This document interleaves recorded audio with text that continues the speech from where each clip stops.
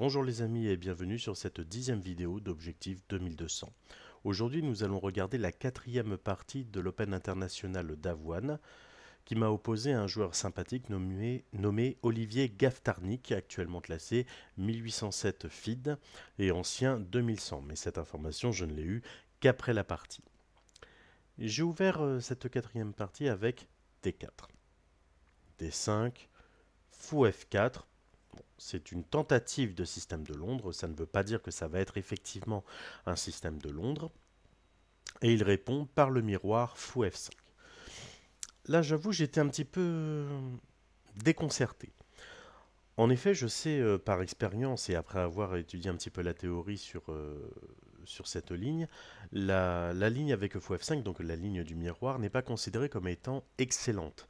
En effet, lorsqu'il y a une sortie précoce du fou de case blanche des noirs, donc ce que j'appelle vulgairement le fou dame, eh bien il peut être encouragé de jouer du C4 rapidement suivi de dame B3 pour à la fois attaquer le pion D5 mais également le pion B7 qui est affaibli. Je décide donc de pousser C4. C6 et c'est là que les problèmes commencent. En effet, j'avais beaucoup d'idées, je voulais jouer du cavalier C3, ou du dame B3, ou du cavalier F3 pour d'abord protéger D4, ou cavalier BD2 que j'avais déjà utilisé par le passé. Je ne savais plus quelle variante jouer, donc je me suis dit Jacques joue la sécurité, joue E3. L'intérêt de jouer E3, c'est de créer une structure de pion solide, permettant également de sécuriser le fou F5, de sécuriser le pion C4, et je vais jouer probablement du dame B3. E6, structure semi-slave, mais bizarrement, c'est mon adversaire qui joue un système de Londres. Dame B3, dame B6, lorsqu'il y a une sortie de la dame en B, il peut être de convenance de sortir également la dame pour proposer un échange de dames. Cet échange de dames va entraîner l'apparition de pions doublés. Contrairement à la croyance populaire, avoir des pions doublés n'est pas nécessairement une mauvaise chose. Il y a quand même des aspects positifs au fait d'avoir des pions doublés, notamment une colonne semi-ouverte. Et la colonne semi-ouverte profite généralement au camp qui ne possède pas le pion. Je joue donc C5, fermeture d'une partie de l'aile dame, fermeture surtout de la diagonale du fou de case noire en F8, attaquant la dame et j'encourage la prise. Reprise avec le pion A.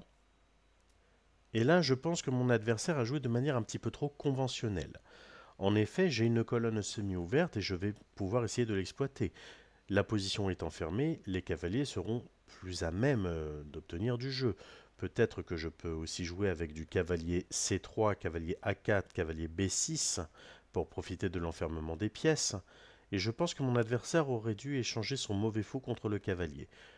Ma tour serait donc placée sur une colonne fermée, qui plus est derrière des pions doublés, et je devrais perdre un temps.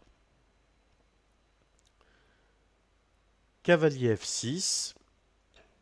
Je pense aussi que quitte à développer un cavalier, cavalier D7 aurait été préférable, avec l'idée E5. Ce qui m'aurait forcé à jouer B4. Et là, encore une fois, fou prend, tour prend. Et là, peut-être jouer avec du B6 pour casser la structure, voire même du B5 ou du F6 suivi de E5. F6, E5, c'est pas mal du tout. Il y a eu cavalier F6. Cavalier C3, mon objectif c'est bien sûr de préparer la poussée B3 en B4, puis B4 en B5, et utiliser aussi le deuxième pion en arrière, peut-être comme un tremplin. Cavalier BD7, préparant E5. Là pour le coup c'est vraiment gênant, parce que s'il y a du E5 et que je décide de prendre, bon bien sûr il y aura un cavalier élastique, mais surtout C5 risque d'être affaibli. J'ai la possibilité de jouer du cavalier F3, de jouer du B4, de jouer du fou E2 pour empêcher cavalier H5. J'ai choisi B4 pour exploiter expansion à l'aile dame, je menace aussi B5, prise en C6, reprise avec le pion B et peut-être du fou A6 pour ensuite jouer du fou B7. Avec le recul, je pense que j'aurais peut-être dû jouer du H3, peut-être. Pourquoi? Parce qu'en cas de cavalier H5, j'ai fou H2 et mon fou serait à l'abri. Donc B4, cavalier H5.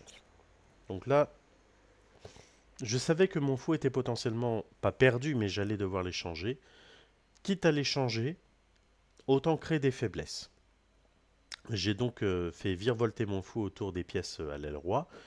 Fou G5, encourageant H6, ou F6 d'ailleurs. Fou H4, G5, fou E2. Je ne vais pas gagner un tempo, mais quitte à perdre un fou, autant créer des déstructurations et récupérer un cavalier qui aurait pu être intéressant et gênant dans une position fermée. Fou G6, fou G3, cavalier prend G3, H prend G3. Bilan des opérations, pour le moment. Au 14e coup, nous n'avons échangé aucun pion. Mon adversaire possède la paire de fous, je possède une domination sur la couleur, sur les cases blanches, j'ai 3 pièces mineures pouvant jouer sur cases blanches. Je possède également 2 colonnes semi-ouvertes, mais c'est parce que j'ai 2 fois 2 pions doublés. Il y a une tension palpable au centre, mon adversaire menace de jouer du E5, ce qui va considérablement affaiblir mon pion D4, ou alors je vais être obligé de faire un échange et d'activer sa paire de fous. Fou G7. Et là, je prends un gros risque, qui est discutable pour le coup. Dites-moi ce que vous en pensez dans les commentaires, est-ce que ce risque était valable? Je décide de jouer F4. J'affaiblis G3, j'affaiblis E3, j'affaiblis surtout la case E4. Maintenant, je ne vais avoir que de très très grandes difficultés pour pousser E3 en E4, mais l'idée est surtout d'empêcher ou de retarder le plus possible la poussée E5. Petit roc, cavalier F3, toujours dans l'esprit d'empêcher E5, mais j'attaque également le pion G4. Le pion G5. J'espère que le pion va avancer en G4, auquel cas j'aurais joué cavalier H4, attaquant le pion, attaquant le fou. Et là, je sais que sur du fou F5, il y a juste cavalier prend, pion prend, tour H5, attaquant le pion qui ne peut pas être protégé. Et même en cas de tour E8, j'ai roi F2. En fin de variante, je peux aussi avoir du cavalier D1, du tour A3 pour protéger le pion arriéré. Et je peux commencer à faire mes courses. En cas de H5,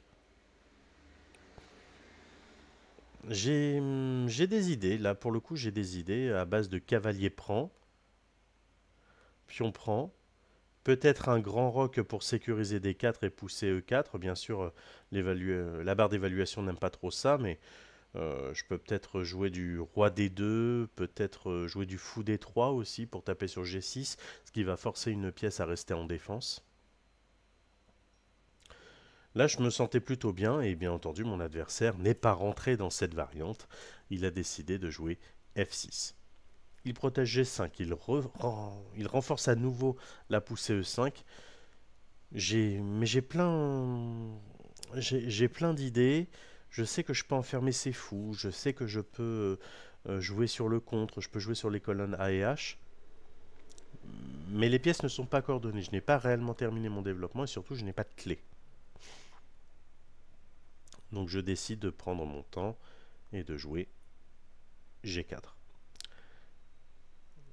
G4, l'idée, ça serait déjà de contrôler H5, de contrôler F5, mais surtout, je prépare un petit contre qui visuellement fait peur. En vérité, peut-être que ça n'apporte aucune réelle valeur ajoutée, mais sur E5, j'ai la poussée F5. C'est aussi l'intérêt de G4 pour pouvoir jouer F5, ce qui permet d'empêcher le fou de jouer au centre, et donc je récupère la possibilité de jouer E4 dans de bonnes conditions.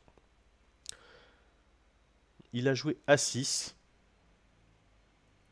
et me propose nul. Bon, c'est vrai que c'est une position qui ne donne pas spécialement envie, mais pour moi c'était trop tôt. Je n'avais pas épuisé toutes les ressources. Je n'étais pas contre le fait de faire nul, mais quitte à faire nul, je préfère d'abord tout tenter. Je refuse donc la nulle et poursuis avec G3. L'idée de G3, en fait, il y a plusieurs idées. La première, c'est de protéger le pion F4. Deuxièmement, libérer en partie la deuxième, ce qui me permettrait peut-être de mettre le roi en F2, G2, H2, voire même H3. Tour FB8. Je comprends qu'il veut pousser du B6, peut-être même du B5, mais je pense surtout à B6 pour activer la tour. Roi F2. Tour E8, il revient. Tour A3, je prépare une éventuelle poussée B5, mais ça se prépare. Je dois donc d'abord doubler les tours, jouer du B5, et ensuite, si C prend, eh bien cavalier prend ou fou prend. Il a bien entendu vu le vis-à-vis et l'enlève avec tour A, C8. Roi G2, j'attends. Roi F7, tour F1. Création d'un vis-à-vis, on ne sait jamais. Si le roi reste ici, j'ai F prend G5, H prend G5 et cavalier prend G5. Échec à la découverte, plus échec avec le cavalier, ce serait donc un double échec et un gain matériel. C'est trop voyant, roi G8. Cavalier D2. Et là, mon objectif avec cavalier D2, c'était à la fois d'envisager la poussée E4, mais surtout de préparer un cavalier B3, cavalier A5 pour taper sur B7. Je veux taper sur la base de la chaîne de pions, n'ayant pas la possibilité de jouer au centre de manière très efficace. Tour CD8. Tour A3 en A1. J'attends, sais pas que je ne suis pas pressé, mais je veux que ces pièces soient disposées de la manière dont je l'ai voulu, ou du moins qu'ils récupèrent une position que j'avais voulu. Roi H8, tour H1, roi G8, tour F1. Je prépare la poussée F5, j'empêche la poussée H5. Peut-être même que je pourrais doubler sur la colonne H. Là, comme vous pouvez le constater, nous rendons les politesses. On fait des mouvements, il n'y a aucune prise. On peut se dire, ok, les deux joueurs, ils veulent pas jouer, ils vont faire nul. Mais non. Non, j'essaye de trouver une clé, j'essaye de trouver une petite faille. Ce n'est pas facile, c'est vraiment une position difficile à jouer. Tour B8. Cavalier A4. Pour le coup, ça peut être considéré comme peut-être comme une imprécision. Parce que je contrôle moins E4 et surtout maintenant la poussée B6 est envisageable. Mais sur B6, pion prend, cavalier prend, suivi de cavalier C5.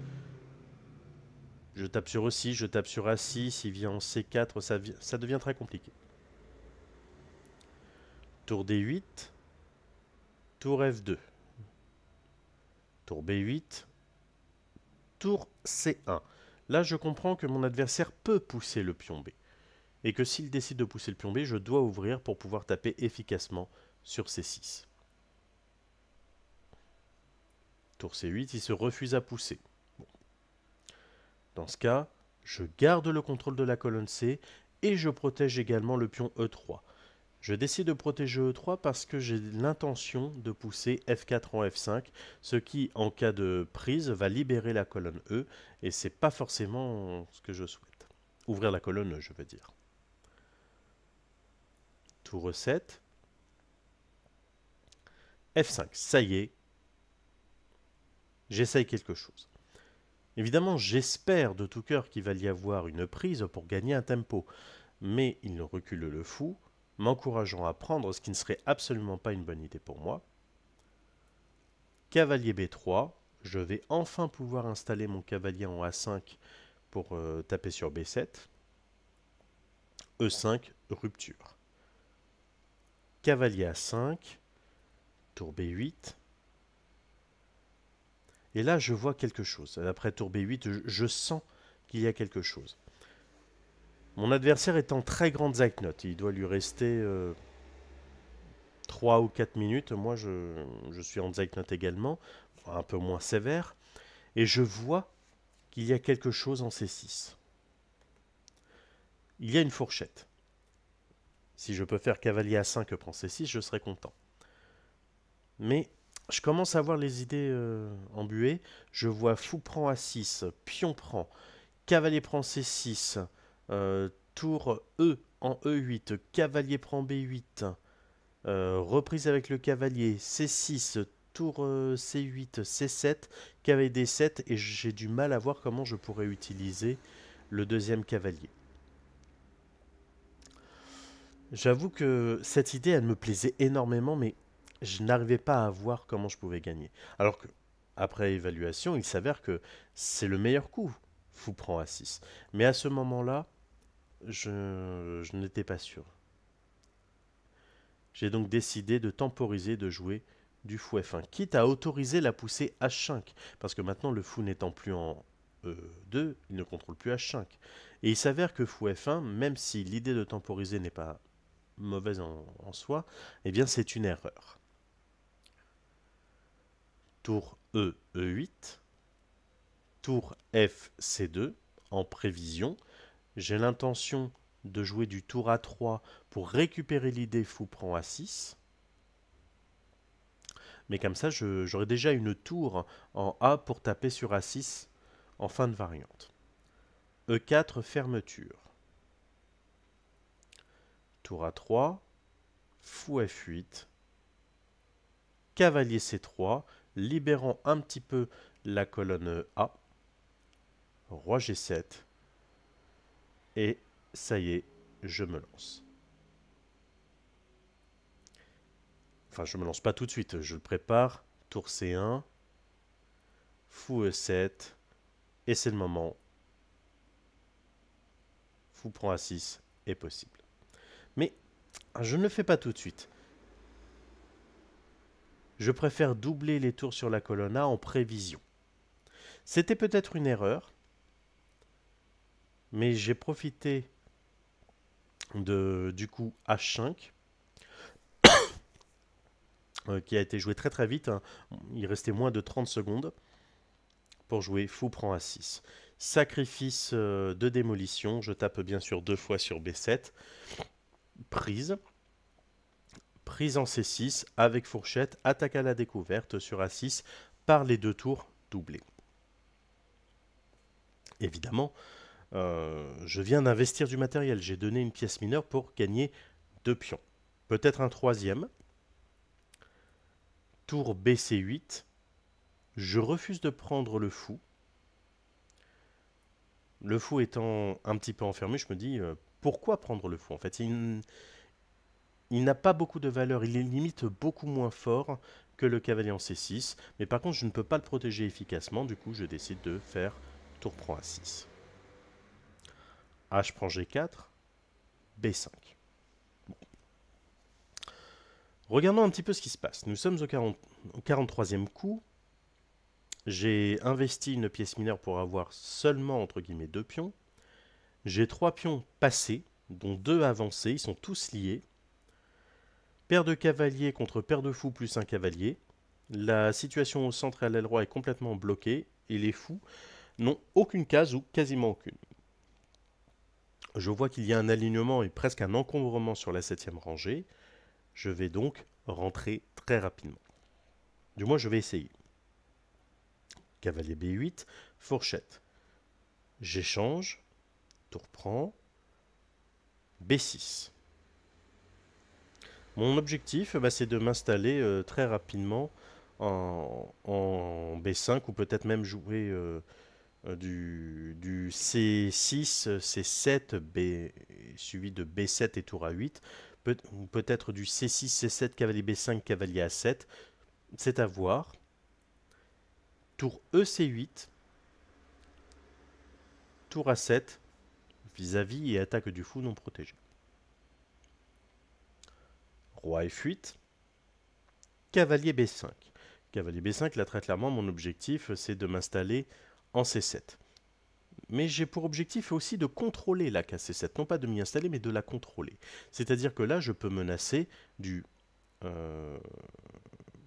du B7 attaquant la tour, et ensuite tour A8 pour profiter de la 8e rangée extrêmement faible.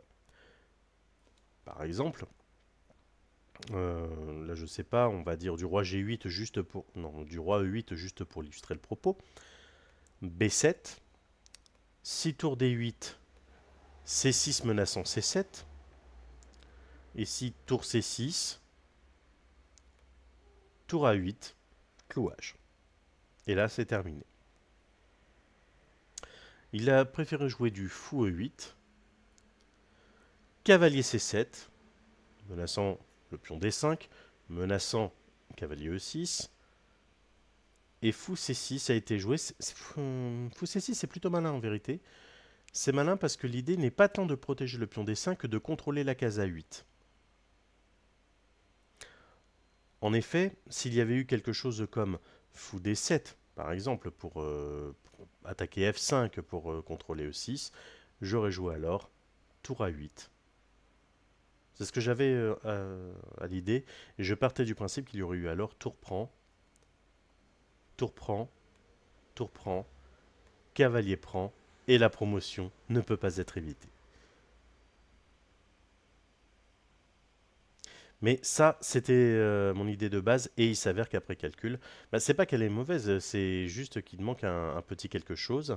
Il manque le pion B en soutien, parce qu'ici, il y a fou C6. Et je ne peux pas pousser B7. J'aurais bien aimé jouer du B4, B5, mais je dois d'abord revenir en C7, et je perds un petit peu de temps, même si la position est complètement gagnante, bien entendu. Il y a donc eu c'est fou C6, B4, cette fois avec le soutien du cavalier C7, je menace B5, fou D8, cavalier E6, échec. Je m'attendais à du roi E8 pour poursuivre un petit peu le combat, mais il y a eu roi G8, et là c'est un énorme blunder. Il y a mat en 2 coups. Là, pour le coup, je ne me suis pas fait prier. Je vois la case conjuguée, tour G7. Le prochain coup, c'est roi H8 et tour H1, échec et mat. Mon adversaire vient de voir le mat. Il abandonne. Je dois avouer que c'est peut-être, du moins pour le moment, la partie la plus difficile du tournoi. Je n'ai pas très bien joué dans le sens où j'ai laissé passer plusieurs opportunités. Je me suis compliqué la vie, je me suis compliqué la tâche alors que je pouvais faire des choix, on va dire, plus pratiques. Là, je me suis enfermé un petit peu tout seul et mon adversaire m'a aidé dans le sens où il n'a pris aucun risque. Il voulait la nulle, il a joué pour la nulle, mais ça n'a pas suffi. Après cette partie, je me retrouvais donc à 2,5 points sur 4, ce qui est tout à fait acceptable. Voilà les amis, ce sera tout pour aujourd'hui. Merci d'avoir suivi cette vidéo. N'hésitez pas à lâcher un pouce bleu ou à laisser des commentaires. N'hésitez pas à lâcher également un don sur la page Tipeee, ça fait toujours plaisir. Je vous remercie et vous dis à bientôt pour une prochaine vidéo.